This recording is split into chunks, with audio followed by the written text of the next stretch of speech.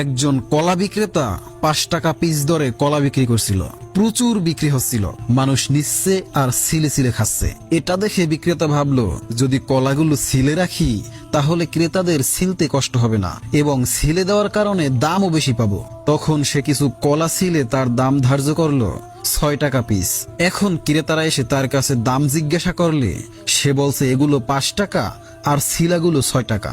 দেখা গেল ক্রেতারা তখন 5 টাকা দরের কলাই নিয়ে যাচ্ছে। সে ভাবলো যখন কম দামি কলা থাকবে না তখন দাম বেশি দিয়ে নিয়ে যাবে।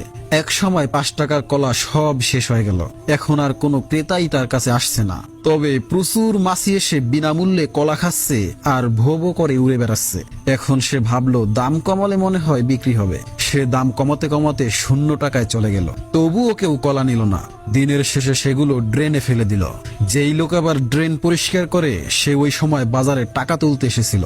শিলা কলাগুলো তার নজরে পড়ে গেল। সে বলল, ভাই, এত আবর্জনা করলে আমি পরিষ্কার করতে পারবো না।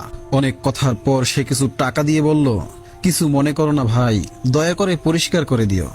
শোনো মেয়েরা, আমি মূলত কোনো কলা বিক্রেতার গল্প শোনাতে আসিনি। বর্তমান যুগের মেয়েদের অবস্থার কথা বলছি। বর্তমান যুগের মেয়েদের অবস্থা ঠিক এই রকম। আগেকার মেয়েরা পর্দা করে চলতো, তাই তাদের টাকা দিয়ে সম্মানের সাথে নিয়ে যেত। এখন এরা কলার মতো খোলা থেকে দাম বাড়ানোর প্রচেষ্টায় আছে। দাম তো বাড়ছেই না, বরং কিছু মাছি জাতীয় জন্তু তাদের উপরে বসে চুষে খেয়ে উড়ে পালাচ্ছে। আর এরা নিজেদের দাম বাড়তে গিয়ে এতটা কমে যাচ্ছে যে এদেরকে লক্ষাধিক টাকা দিয়ে পার করাতে হচ্ছে। নারীর মর্যাদা পর্দায় কমে না, বেপর্দায় কমে।